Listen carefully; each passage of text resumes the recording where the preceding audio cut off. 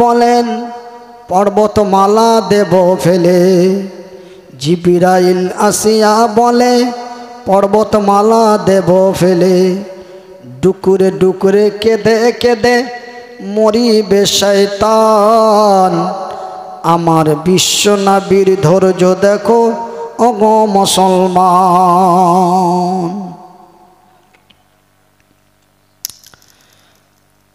আমার নবী জিবরাইলকে বললেন, কি বলছেন? ওগো জিবরাইল, তায়েফের লোকেরা আমার উপরে অন্যায় অত্যাচার অবিচার করেছে, কিন্তু কত নারীর গর্ভে 2 মাসের সন্তান আছে, কত নারীর গর্ভে 6 মাসের সন্তান আছে, এই মায়ের পেটের সন্তানগুলি আমার উপরে কোনো অন্যায় অত্যাচার করেন না। সেহেতু তায়েফবাসীকে যদি 2টো পাহাড় দিয়ে পিষিয়ে দেওয়া যায়, তবে মায়ের পেটের সন্তানগুলি নষ্ট হয়ে যাবে, মায়ের কোলের সন্তানগুলি নষ্ট হয়ে যাবে। যারা আমাকে কটু কথা বলে নাই, এমনও নারীর গর্ভে এমনও সন্তান আছে, সেই একদিন কালেমার পতাকা নিয়ে তায়েফের মাটিতে ইসলাম প্রচার করতে পারে। এ কচি কচি শিশু যত একদিন পাবে তারা হেদায়াত, এ কচি কচি শিশু যত একদিন পাবে তারা হেদায়াত। এ পবিত্র মুখেতে নেবে, এ পবিত্র মুখেতে নেবে আল্লাহ যে মহান, নারায়ে তাকবীর। আপনারা ঘুম পাচ্ছেন, সত্যি কথা বলবেন তো। আল্লাহ আল্লাহ ছোট না আল্লাহ বড়? তো আল্লাহ মহান বলতে কি আমাদের কোনো দ্বিধা আছে? আমাদের কোনো লজ্জা আছে? তবে আজকে আমার আওয়াজটা কি ছিল আপনারা তো জানেন, আমি বাঘের মতো চিৎকার করতাম। আমার সেই আওয়াজটা আল্লাহ নিয়ে নিয়েছে, আমি সেই আওয়াজটা দিতে পারছি না। তো আপনাদের কাছ থেকে কি নিতে পারে না? যেহেতু যখন আওয়াজটা আছে, আপনারা আওয়াজটা কাজে লাগান। নারায়ে তাকবীর। আল কোরআনের আলো, আল কোরআনের আলো, আল হাদিসের আলো। কোরআন হাদিস যেখানে আমরা আছি সেখানে, কোরআন হাদিস যেখানে, কোরআনের দুশ্মন হুঁশিয়ার সাবধান, কোরআনের দুশ্মন, কোরআনের শত্রু। আচ্ছা, আপনি আমার পাশে বসুন, খুব ভালো লাগছে। আর আমার এটা দরকার, আমার বাম সাইডে আছে ভাই, আমার এই সাইডটা টোটাল নষ্ট, আল্লাহ করে দিয়েছেন। তো মাশাআল্লাহ, প্রশংসা ওই মহান আল্লাহ রব্বুল আলামিনের, যেই মহান স্রষ্টার অশেষ দয়ায়, যেই মহান স্রষ্টার অশেষ কৃপায় আমরা সন্ধ্যা রাত্রি থেকে গভীর রাত পর্যন্ত এক খোলা আকাশের নিচে আল্লাহ ও তার রাসূলের বিধি বিধানের কথা শুনছি। তাই আল্লাহর শুকরিয়া আদায় করে বলি আলহামদুলিল্লাহ। একটু সবাই আওয়াজ ছেড়ে বলুন আলহামদুলিল্লাহ। তারপরে পরেই আমাদের ধর্মের গুরু, ধর্মের নেতা, দো জাহানের নবী, নবী কুলের নবী, সৃষ্টি জগতের নবী, নবী মুহাম্মদুর রাসূলুল্লাহ বলুন সাল্লাল্লাহু আলাইহি ওয়াসাল্লাম। সম্মানিত শিক্ষিত বুদ্ধিজীবীগণ ও পর্দানাসীন মা ও বোনেরা, আমি পবিত্র আল কোরআনের মধ্য থেকে কয়েকটা আয়াত পাঠ করেছি। সে আয়াতগুলোকে সামনে রেখে আপনাদের কাছে কিছু আলোচনা করব। আল্লাহ রাব্বুল আলামিন আমাকে যেন বলার এবং আপনাদের শোনার পরে আমল করার তৌফিক দান করেন। একবার আস্তে করে বলুন আমিন, আর একটু বলুন আমিন। তো ভাইজান, আল্লাহ লাখো শুক্রিয়া যে আল্লাহ এই পর্যন্ত আমাকে তার জমিনে বাঁচিয়ে রেখেছেন, তাই আবার বলি আলহামদুলিল্লাহ। কালকে আমার যেই পজিশন হয়েছিল, এখন 12টা বাজে, হতো আমার 9:30 থেকে 10টার মধ্যে দাফন কাফন হয়ে যেত, কিন্তু আল্লাহ যার যতদিন হায়াতে তাইয়্যেবা রেখেছেন, সারা বাংলার মানুষ আমাকে এখনো চাইছে। তো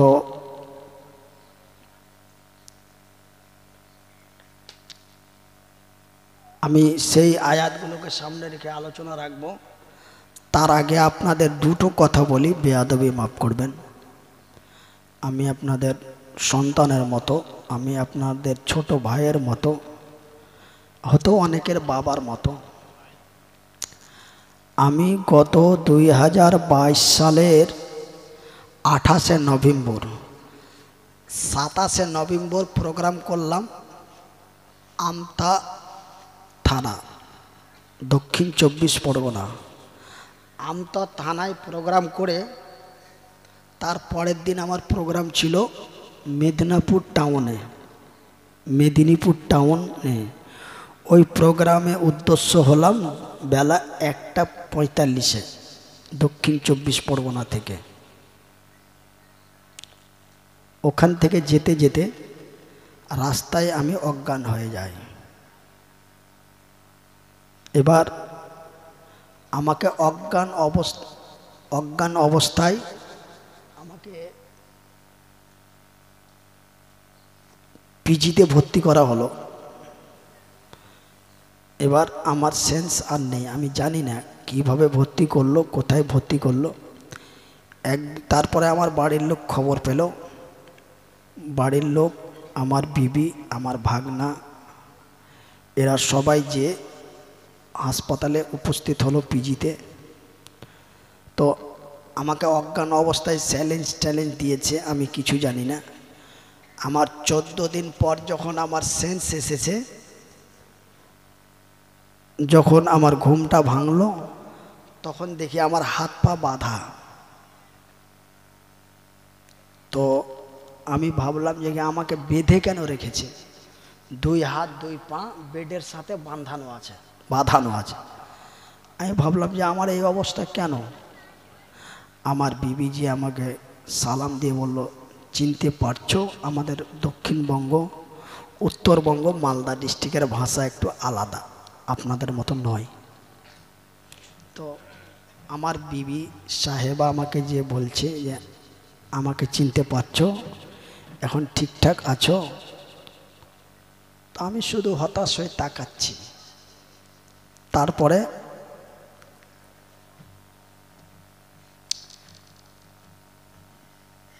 ওখানে আমার চ্যালেঞ্জ চলে, আমি জ্ঞান ফিরল। এখান থেকে আমাদের হরিশ্চন্দ্রপুর থানার মাইনরিটি মন্ত্রী তজিমুল হোসেন সাহেব, তিনি মন্ত্রী ভবন থেকে বারবার করে আমার সাথে দেখা করতে গেলেন, বড় বড় ডাক্তারদের সাথে কথা বললেন। তারপরে ভাইপোকে দিয়ে ফোন করালেন, ভাইপো ফোন করলো, দিয়ে আমার ট্রিটমেন্ট যথা সুন্দর ট্রিটমেন্ট হয়েছে আলহামদুলিল্লাহ। তারপরে আমাকে 18 দিন পরে ছুটি দিয়ে দেওয়া হলো। যখন আমাকে বেড থেকে বাইরে নিয়ে আসা হচ্ছে শোয়ানো অবস্থায়, দিয়ে আমি উঠে বসতে আর পারছি না, বুঝতে পারছি না।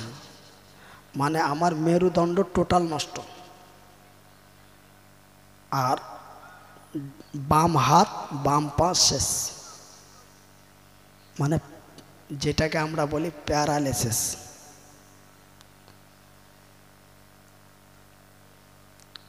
তারপরে এখানে চিকিৎসা চলতে এনারা তো ছুটি দিয়ে দিল, 1 মাস পর ডাকলো। কিন্তু এই মানুষের মন কোথায় গেলে ঠিক হয়, আমার ভাইয়েরা কত আমার জন্য কান্না করছে, একটু দেখার জন্য আমাকে সেই প্রোগ্রামগুলোতে অ্যাটেন্ড করতে হবে। এই বলে আমি ভালো হওয়ার জন্য অত্যন্ত চেষ্টা করি। তারপরে এখানকার চিকিৎসা বাদ দিয়ে চলে গেলাম জলপাইগুড়ি। জলপাইগুড়িতে যাওয়ার পরে আমার সমস্ত পরীক্ষা হলো। পরীক্ষা করার পরে খ্রিস্টান ডাক্তার ব্যাঙ্গালোরের, আপনারা কি অসুবিধা মনে করছেন? কথা বলুন। দেখেন, আপনারা যদি মনের মধ্যে দুঃখ কষ্ট নেন তবে এটা কিন্তু ভুল হবে। এই যে আমার ভাই, এই যে নওশাদ ভাই, শুধু ইনার মহব্বতে ছুটে এসেছি।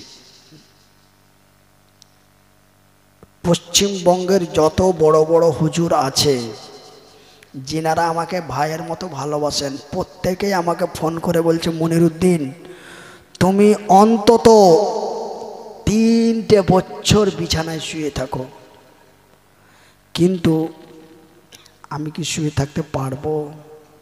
আমি কি পারছি? কেন, আমার পেট আছে, আমার বিবি আছে, আমার সন্তান আছে, আমার ছেলে আছে, আমার মেয়ে আছে, আমার একটা বিশাল অনাথ আশ্রম চলে।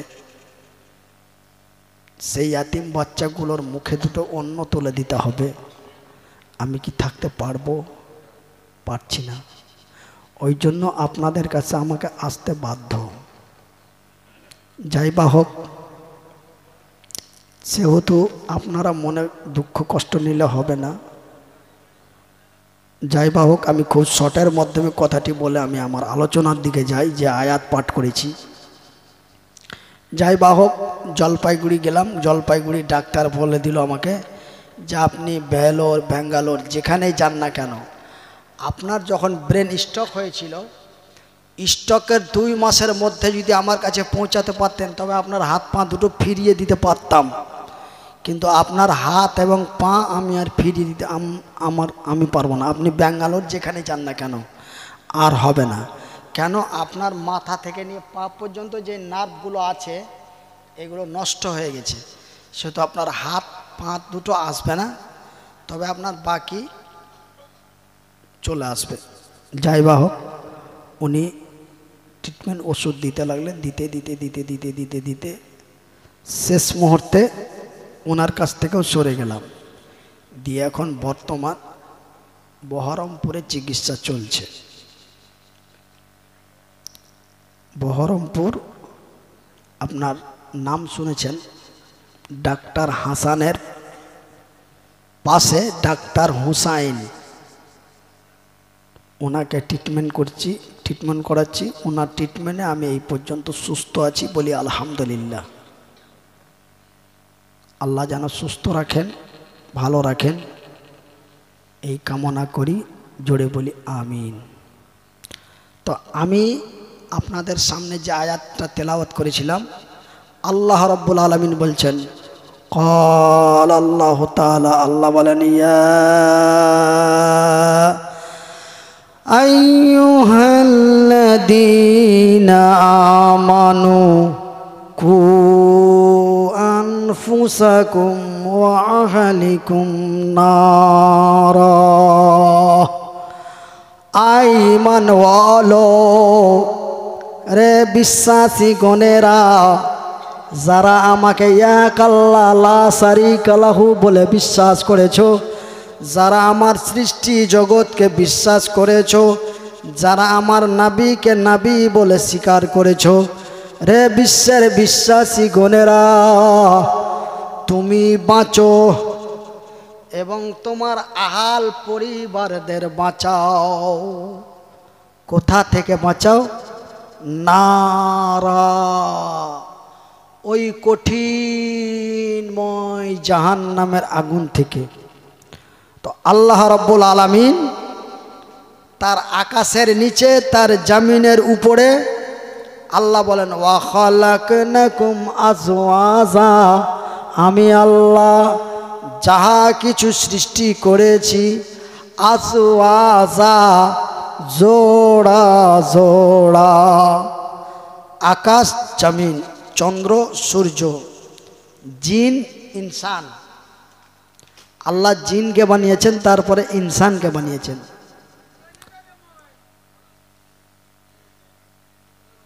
সোশ্যাল মিডিয়া ভাইরা যারা আমার সামনে ক্যামেরা লাগিয়েছো, তোমাদের একটা ক্যামেরা স্ট্যান্ড থেকে ছুটে পড়ে গেছে বা পড়ে গেল, এসে তোমার ক্যামেরা সামলাও, ঠিক আছে? আপনারা শুধু চুপচাপ থাকেন। আমার যদিও স্ট্রোক হওয়ার পরে আমার ব্রেন ডিস্টার্ব হয়ে যায়, তবুও আমার এখনও আল্লাহ স্মরণ শক্তি ভালো রেখেছেন, বলি আলহামদুলিল্লাহ। সেহেতু আপনারা কেউ করবেন না, আমি ঠিক মেনটেন করার চেষ্টা করছি।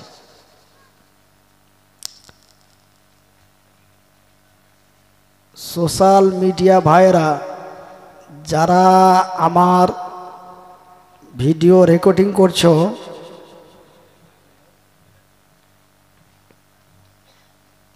তোমাদের স্ট্যান্ড থেকে একটা ক্যামেরা ছুটে পড়ে গেছে, সেহেতু তুমি এসে তোমার স্ট্যান্ড সামলাও।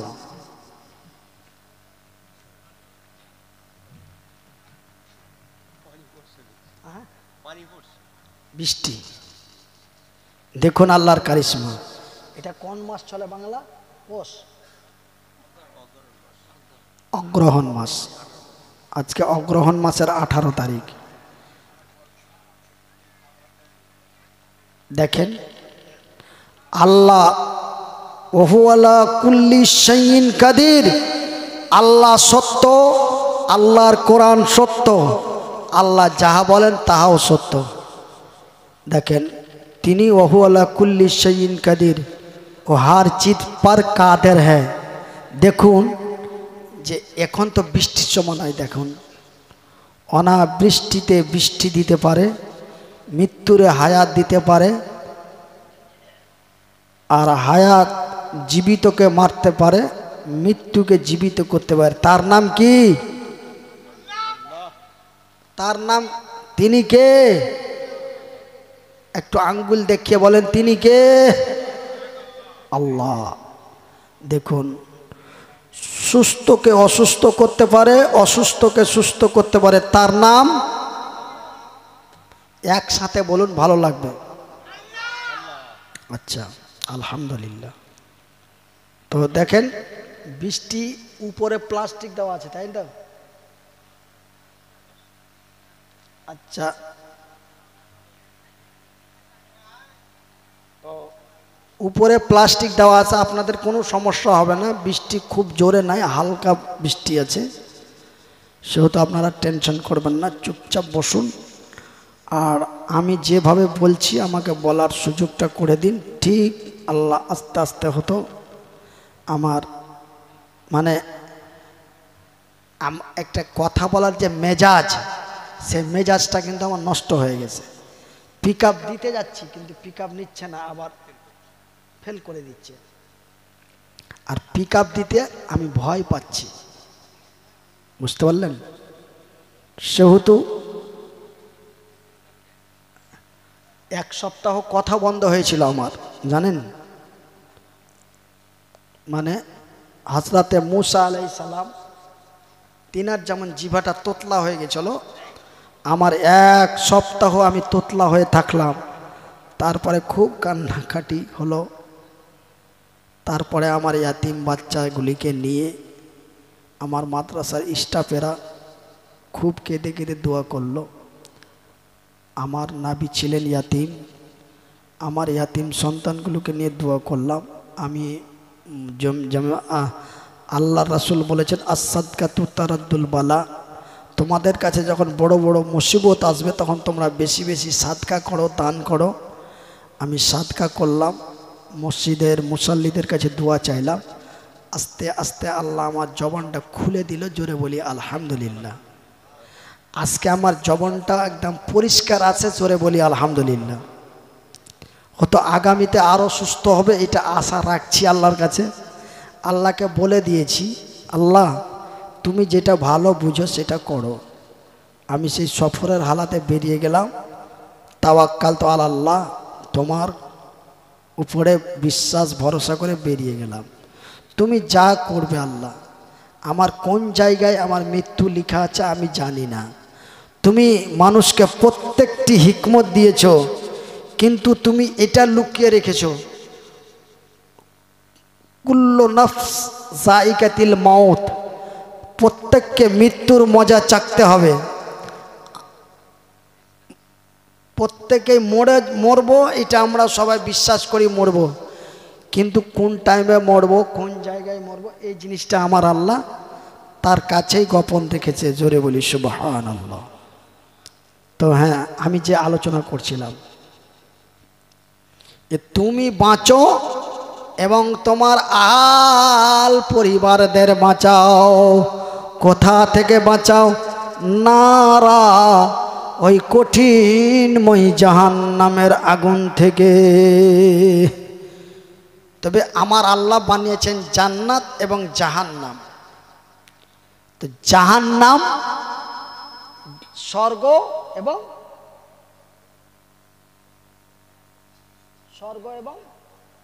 নরক। আমরা বলি জান্নাত এবং জাহান্নাম, আমার অমুসলিম ভাইরা বলে স্বর্গ এবং নরক। তো ভাই, সারা পৃথিবীর হিন্দু, জৈন, বৌদ্ধ, খ্রিস্টান, মুসলিম, ইহুদি, নাসারা, দেইবান্দি, বেরেলি, তবলিকি, ফুরফুরা, কাটরা, পৃথিবীর যত মানুষ আছে, আপনি কাউকে জিজ্ঞাসা করবেন যে ভাই তুমি জান্নাতে যেতে চাও না জাহান্নামে যেতে চাও? একজন ব্যক্তি ও যদি মদ পান করে থাকে, হুজুর আমার টুপিটা একটু আমার মাথা চেপে ধরছে, আপনার টুপিটা দেন।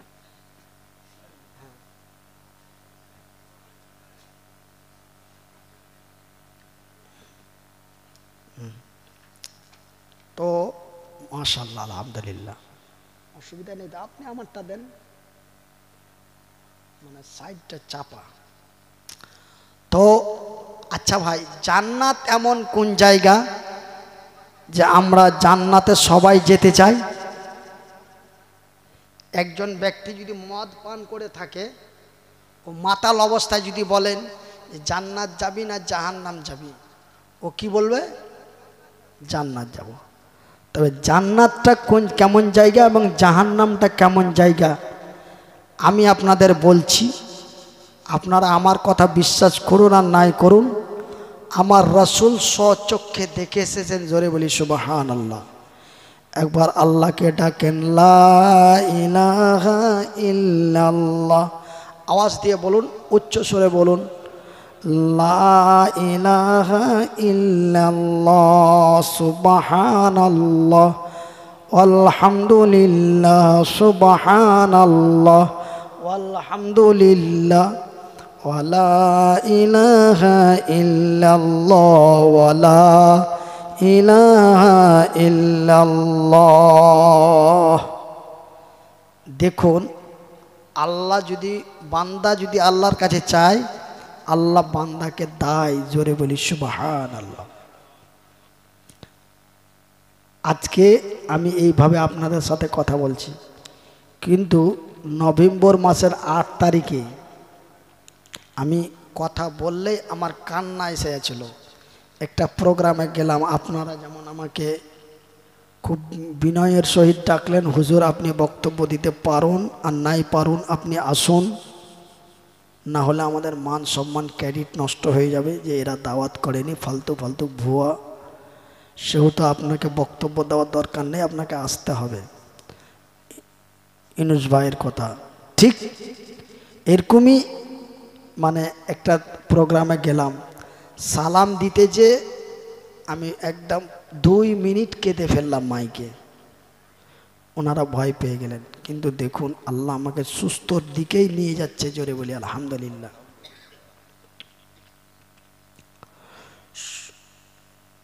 তো আমি তো আল্লাহর কোরআন এবং নবীর হাদিসে পড়েছি জান্নাত এবং জাহান্নাম, জান্নাত এই জাহান্নাম এই, কিন্তু আমার রাসূলকে আমার আল্লাহ ডাইরেক্ট চোখে দেখিয়েছেন জান্নাত কি জিনিস এবং জাহান্নাম কি জিনিস। বলি সুবহানাল্লাহ। তো ভাই আমি কি জান্নাত এবং জাহান্নামের আলোচনাটা করব? আপনারাকে বলছি, তবে আরও একটু কাছে কাছে সেটে সেটে বসতে হবে। আমি সে আলোচনার দিকে যাচ্ছি, এগিয়ে আসুন। যদিও আমি আগের মতো সুর টান দিয়ে নাও বলতে পারি, তবে আমি আপনাদের কাটা কাটা ভাষায় আমি সুন্দর করে নবী যে জান্নাত এবং জাহান্নাম দেখে আসলেন, সেই জান্নাত এবং জাহান্নামের কথাটা আপনাদেরকে আমি শোনাচ্ছি। আপনারা একটু এগিয়ে গিয়ে বসুন এবং এক অপরের সাথে মিলিত জুলিত হয়ে বসুন।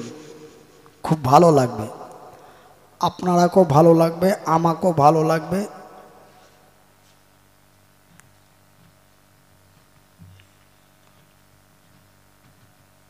ঠিক আছে, এগিয়ে আসুন, চেপে বসুন, অসুবিধা নেই।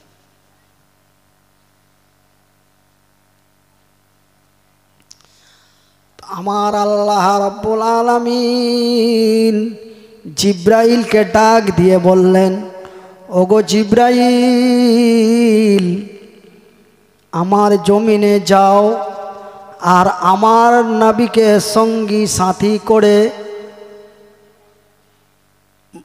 আমার আকাশ জমিন চন্দ্র সূর্য নক্ষত্র উপগ্রহ মঙ্গল গ্রহ সারা পৃথিবী ভ্রমণ করিয়ে দাও এবং আমার জান্নাত এবং আমার জাহান্নামটাও পরিদর্শন করিয়ে দিও। সরে বলুন, একটু আস্তে বলুন, সবাই মিলে বলুন। এবার আমার রাসূলকে জিব্রাইল সঙ্গী সাথী করে নিয়ে চলে গেলেন আল্লাহর আরশে আজিমে। আমার আল্লাহর আরশে আজিম থেকে নিয়ে সমস্ত ভ্রমণ করার পরে এবার নিয়ে চলে গেলেন জান্নাতে। জোরে বলি সুবহানাল্লাহ। জান্নাতে নিয়ে চলে গেলেন এবং জান্নাতে যাওয়ার পরে জান্নাতের দরওয়াজাটি খোলা হলো। জান্নাতের দরওয়াজায় যখন খোলা হয় তখন জান্নাতের ভিতরে একটি আওয়াজ পাওয়া যায়, খড়মের আওয়াজ, জুতোর আওয়াজ। আমার রাসূল থমকে দাঁড়িয়ে গেলেন, দাঁড়িয়ে বলেন, ওগো জিব্রাইল, জান্নাতের ভিতরে একটি আওয়াজ পাওয়া যায়, সেটা কিসের আওয়াজ, সেটি কি আওয়াজ? জিব্রাইল উত্তরের জবাব দিয়ে বললেন, ইয়া রাসূলাল্লাহ, ইয়া হাবিবাল্লাহ, নবী গো, এটা জান্নাতীর আওয়াজ। বলে সেটা কে? বলে এটা হলো হযরতে বিলালের খড়মের আওয়াজ। নারায়ে তাকবীর। বিলাল আল্লাহর জমিনে বসে আছেন, মৃত্যুর পরে জান্নাতে এইভাবে হাঁটা চলা করবে, সেই আওয়াজটা আমার রাসূল মেরাজে যে জান্নাতে যে শুনে আসলেন। জোরে বলুন। শুধু তাই নয়, জান্নাত এমন একটি জায়গা, জান্নাত এমন একটি জায়গা ভাইজান বন্ধুরা আমার, জান্নাত এমন একটি জায়গা। আজকে আপনারা আমার ইনুস ভাই আমাকে এত নিরাপত্তা দিয়েছেন, এত সম্মান দিয়েছেন, আল্লাহ তাকে জান্নাতবাসী করুক। জোরে বলি আমিন। তো এখন ধরেলেন যে আমার ইনুস ভাই, নৌশাদ ভাই, ইনুস ভাই বলছি, মিস্টেক। তো আমার নৌশাদ ভাই আমাকে হয়তো নিজের ভাইয়ের চাইতো বেশি স্নেহের জায়গায় রেখেছেন। ভাই হয়তো আমার বয়সে বড়, কিন্তু আমাকে যে সম্মান সহিত রেখেছেন। এখন যদি ভাইকে আমি বলি, এ নৌশাদ ভাই আমাকে একটা চা দেন। কোন চা? একটা চা, একটা চা দেন। তো সেই চাটা কি আমাকে সাথে সাথে দিতে পারবে? আমি বলবো তারপরে বললো হুজুর ঠিক আছে, জান্নাতটা কোন জায়গা আপনাদেরকে আমি একটা এক্সাম্পল দিয়ে বোঝাচ্ছি, জান্নাত কাকে বলে। তারপরে বলে ঠিক আছে হুজুর, এবার এখানে তো চা বানানোর ব্যবস্থা নাই, আছে, এখান থেকে ওই বাড়িটাতে যাবে। তো বললাম 1 মিনিট, ভাই গেলেন 2 মিনিট, ক মিনিট হলো, আঙ্গুল দিয়ে বলুন ক মিনিট হলো, চা বানাতে 5 মিনিট, তো 5 আর 3 কত হলো, 8 মিনিট। চাটা নিয়ে এসে রাখা হলো, কেন অত্যন্ত গরম, সেই চা আমি খেতে পারবো না, তবে চাটা ঠান্ডা করতে আর 5 মিনিট, কত হলো, 13 মিনিট। এবার 13 মিনিট পরে আমি চাটা তাও খেতে পাবো না, কেন, যে আমি তো 2 হাতে খেতাম, এখন তো আমার এই হাতটা অচল হয়ে গেছে, সেহেতু আমাকে ওই হুজুরকে দিয়ে চাটা খাইয়ে নিতে হবে। তবে আমি যদি এখন বলি আমাকে একটা চা দাও, তো আমি সেই চাটা ক মিনিট পরে খেতে পাবো, 14 মিনিট। 14 মিনিট পরে আমার মুখে চাটা যাবে। কিন্তু জান্নাত এমন একটি জায়গা, আমি কিন্তু আপনারাকে আর একটা কথা বলবো না, আমি যেটা বলবো, যেখানে যেটা বলার দরকার সেটা আপনারা বলে দিবেন।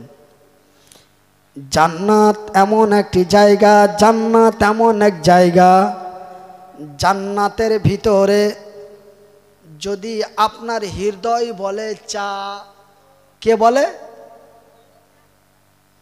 অন্তর যদি বলে চা, আপনাকে মুখের ভাষা খরচ করার প্রয়োজন নাই, আপনাকে মুখ দিয়ে বলার প্রয়োজন নাই, আপনার মনে যদি বলে চা, চা এসে বলবে খা, চা নিজেই এসে আপনার মুখে চলে যাবে। জোরে বলুন। এই যে ঘুমাচ্ছে, ও বড় ভাই ঘুম পেয়েছে, আল্লাহ কোরআনে বলছেন ওয়াল্লাইলা লিবাসা, আমি রাত্রি তৈরি করেছি আরামের জন্য। অত্যন্ত যদি ঘুম পেয়ে যায়, আপনার শরীরকে কষ্ট দেবেন না, আপনি হয় মুখে হাতে জল দিয়ে উজু করে আসুন, দিয়ে যদি আপনার শরীর সুস্থ থাকে, আপনি যে জায়গাটাতে আছেন আপনার জায়গাতে আপনি এসে বসুন, আর না হলে বাড়িতে যে ঘুমিয়ে যান। এইভাবে নাফসকে কষ্ট দেবেন না, ঠিক আছে? আমার কথা বুঝতে পেরেছেন? তো আপনি উঠেন, উজু করে আসেন, কেন আপনি ঘুমাচ্ছেন, এইভাবে করছেন আমি দেখতে পাচ্ছি, সেহেতু আমার কথা বলতে অসুবিধে হচ্ছে। যান দাদা আমার, সোনা আমার, যান একটা উজু দিয়ে আসেন। আপনার জায়গা কেউ নেবে না, আমি আপনার জায়গার পাহারাদার আমি হয়ে গেলাম। জাগ জাগ জাগ রে মুসলমান, চৌদিকে ফিরিয়ে দেখ তুই তৌহিদ ডিফারমান। আল্লাহুম্মা সাল্লি আলা সাইয়্যিদিনা মাওলানা মুহাম্মদ ওয়ালা আলে সাইয়্যিদিনা মাওলানা মুহাম্মদ। হরদম জপে সিনে कहलो पाक नामे मुहम्मद। अल्लाहुम्मा सल्ली अला सय्यिदिना मौलाना मुहम्मद वाला आले।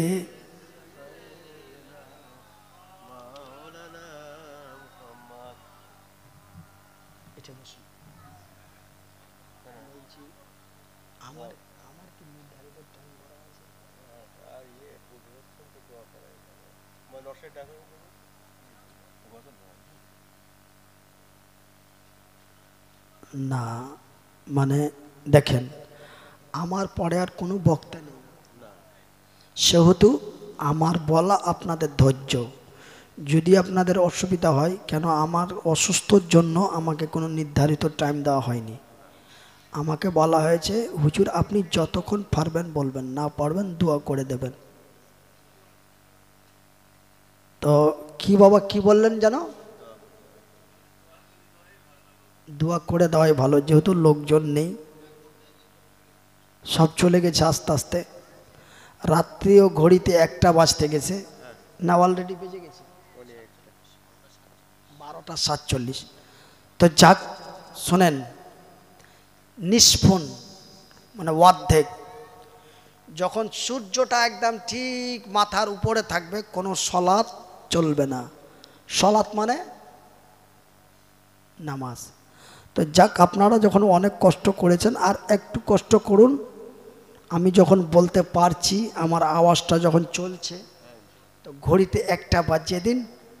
আমি দাদাকে বলে রাখলাম, হুজুরকে বলে রাখলাম, ঘড়িতে যখন 1টা বেজে যাবে আমাকে বলে দেবে যে কি দোয়া করে দেন। ঠিক আছে? আপনারা একটু কষ্ট করুন। 47 অলরেডি হয়ে গেছে, মাত্র অনলি 13 মিনিট। তো এবার জান্নাতের কথা শেষ। জান্নাত এমন একটা জায়গা যে জান্নাতের ভিতরে আপনি যাহা চাইবেন তাহাই পাবেন। চাইতেও হবে না, মন যদি মন যা বলবে তাই আপনার কাছে এসে উপস্থিত হয়ে যাবে। জোরে বলুন, সবাই বলুন। এবার জান্নাত দর্শন হয়ে গেল। জান্নাতের ভিতরে আমার আল্লাহ রাব্বুল আলামিন আমার নবীকে একটি গিফট দিলেন, উপহার। কি দিলেন? উপহার দিলেন। জিব্রাইল জান্নাতের ভিতর থেকে হাতের মধ্যে করে একটি পুতুলের মতো একটি নারী নিয়ে আসলেন। সেই নারীটাকে হযরতে আয়েশা, যিনি আমার রাসূলের অত্যন্ত পিয়ারা বিবি ছিলেন। নওশাদ ভাই, আপনি বুকে হাত বেঁধে দাঁড়িয়ে আছেন, আপনি আমার পাশে আসুন। আমি আপনার ব্যবহারে, খিদমতে আমি অত্যন্ত খুশি। শুধু আজকের মাহফিল নয়, সারা জীবন যতদিন আমার স্মরণ শক্তিতে আপনার চেহারাটা আমার থাকবে, আমি ততদিন দোয়া করব। আমি শ্রোতাদের বলে দিয়েছি 13 মিনিট কষ্ট করতে, যেহেতু আমার যখন আওয়াজ চলছে তা 13টা মিনিট। তারপরে ক্যাম হবে। ক্যামটা হয়তো আমি করতে পারবো না, কেন আমি দাঁড়াতে পারছি না। তো আপনাকে দিয়ে করিয়ে দেবো। এই এই আচ্ছা হুজুর, আচ্ছা উনি আমার হুজুর ক্যাম করে দেবে, আমি দোয়া করে দেব। আপনারা আর ওনারাকে বলে দিয়েছি যে ঘড়িতে ঠিক 1টা বাজবে আমাকে দোয়া করতে বলবে। নওশাদ ভাই আপনিও থাকুন, আপনি ঘড়িটা একটু ধরে থাকুন। এবার আমি জাহান্নামের দিকে যাই। এবার আমার রাসূলকে জাহান্নাম দেখাতে নিয়ে গেলেন। জাহান্নামের দিকে নিয়ে যেতে যেতে নবীকে জাহান্নাম নিয়ে যাচ্ছেন না, দেখাতে নিয়ে যাওয়া হচ্ছে। কেন? আমার আল্লাহ জিব্রাইলকে বলে দিয়েছেন যে আমার রাসূলকে সমস্ত ভ্রমণ করার পর আমার নবীকে জান্নাতটাও দেখিয়ে দিও এবং জাহান্নামটাও দেখিয়ে দিও। জান্নাত কারে বলে এবং জাহান্নাম কারে বলে। এইবার জাহান্নামের দিকে নিয়ে যাওয়া হয়। জাহান্নামের যখন নিকটবর্তী যাওয়া হলো, জাহান্নামের ভিতর থেকে বিকট আওয়াজ আসে।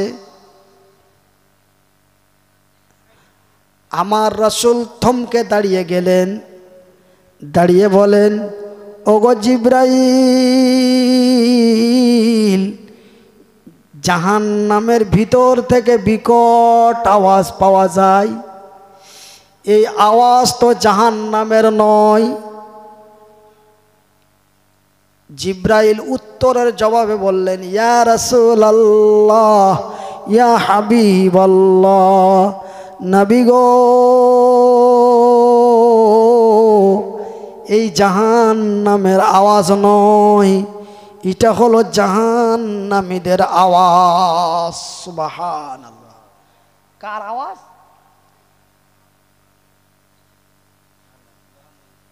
কার আওয়াজ? জিব্রাইল বললেন এটা জাহান্নামের আওয়াজ নয়, এটা জাহান্নামীদের আওয়াজ।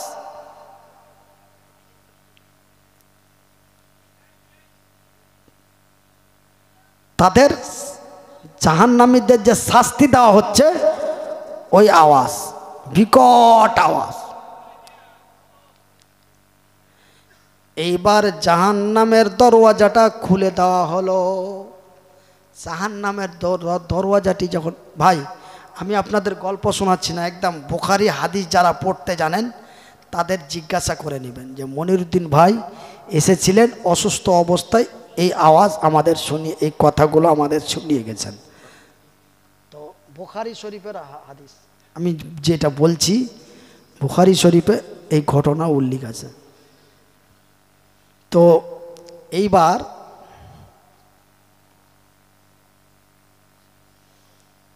জাহান্নামের দরওয়াজাটি যখন খোলা হলো, তা আমার রাসূল স্বচক্ষে দেখলেন যে এই মহিলাদের আওয়াজ, মহিলাদের আওয়াজ, শাস্তি দেওয়া হচ্ছে।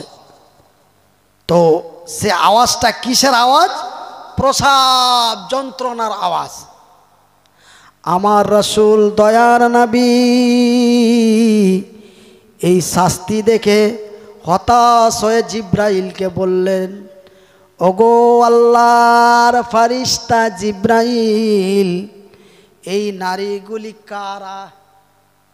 এই নারীগুলি এমনই কি অন্যায় করেছিল, এমনই কি আল্লাহর জমিনে এমনই কি অন্যায় অবিচার করেছিল, তাদের এই শাস্তি দেওয়া হয়? কেন নারীদের বাচ্চা ভূমিষ্ঠি হয় আল্লাহর জমিনে, কিন্তু জাহান্নামের মধ্যে কেন বাচ্চা ভূমিষ্ঠি হচ্ছে, কারণটা কি? জিব্রাইল উত্তরের জবাবে বললেন, ইয়া রাসূলুল্লাহ, ইয়া হাবিবাল্লাহ, নবী গো, এই নারীগুলি হলো ওরা যেই নারীগুলি আল্লাহর জমিনে রঙ্গলীলা করেছে, রূপ চর্চা করেছে, যাদেরকে রূপ দেওয়া হয়েছিল, এই নারীগুলি হলো ওরা যারা আল্লাহর জমিনে অর্ধ উলঙ্গ হয়ে বেহায়া বেপর্দা লজ্জা হয়ে আল্লাহর জমিনে চলেছিল। একজন নারী যখন পূর্ণ যুবতী হয়ে যায়, যখন তার যৌবন এসে যায়, ধরেলেন আপনাদের এক্সাম্পল দিই, আমার একটি মেয়েটি আমার যখন পূর্ণ যুবতী হয়ে গেল, আমার মেয়েটা পূর্ণ যুবতী হওয়ার পরে আল্লাহর জামিনে বেহায়া বেপর্দা লজ্জা হয়ে চলেছে। তবে 12 বছর থেকে নিয়ে 42, তো 42 বছর, তো 42, তবে 12 মাইনাস করে দেন, কত থাকলো? 30। 42-এ 12 বছর মাইনাস 30। তবে ওই যে আমার মেয়েটা, আপনার মেয়েটা 30 বছর বয়স ধরে অফিসে আদালতে এখানে ওখানে যেখানে সেখানে বেহায়া বেপর্দা লজ্জা হয়ে চলেছে, আর আমার মেয়েটার দিকে হাজারো পুরুষ দৃষ্টিপাত করেছে। তো জিব্রাইল বললেন যে প্রত্যেকটা দৃষ্টিতে একটা করে বাচ্চা তাদের পেটে দেওয়া হয়েছে। ভাই আমরা জানি একজন যুবক,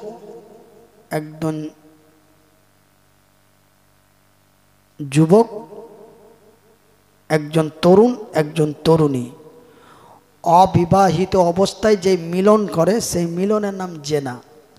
নির্জনে মিলন করে তার নাম জেনা। কিন্তু জানেন জেনা কত প্রকারের? একজন বলবেন আঙ্গুল দেখিয়ে জেনা কয় প্রকার ভাই?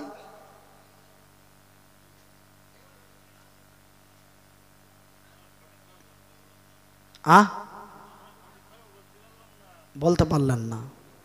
জেনা চোখের হয়, জেনা মনের হয়, জেনা অন্তরের হয়, জেনা কয়েক প্রকারের জেনা।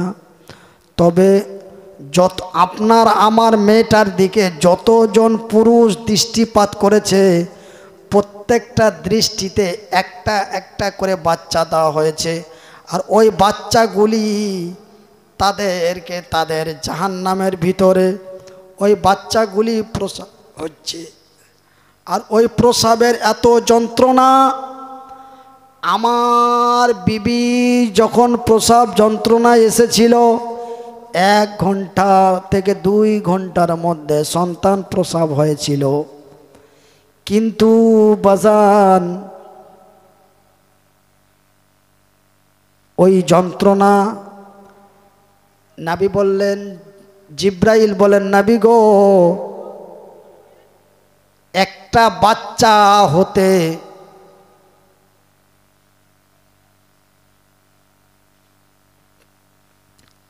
তো আর 2 মিনিট দোয়া করে দেব।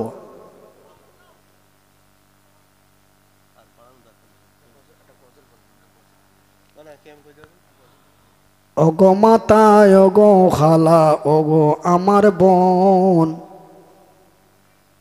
মাতা পিতার সেবার কথা শোনেন বন্ধুগণ।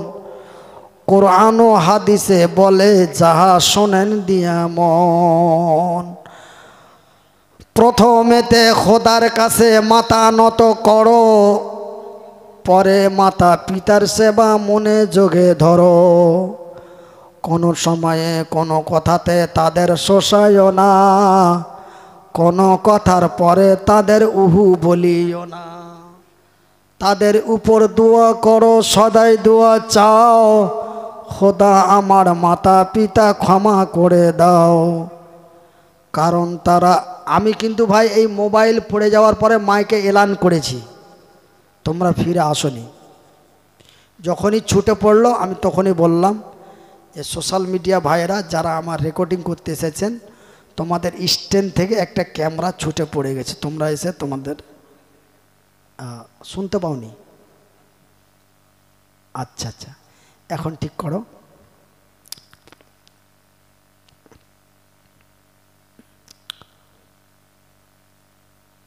তাদের উপর দোয়া করো, সদাই দোয়া চাও, খোদা আমার মাতা পিতা ক্ষমা করে দাও।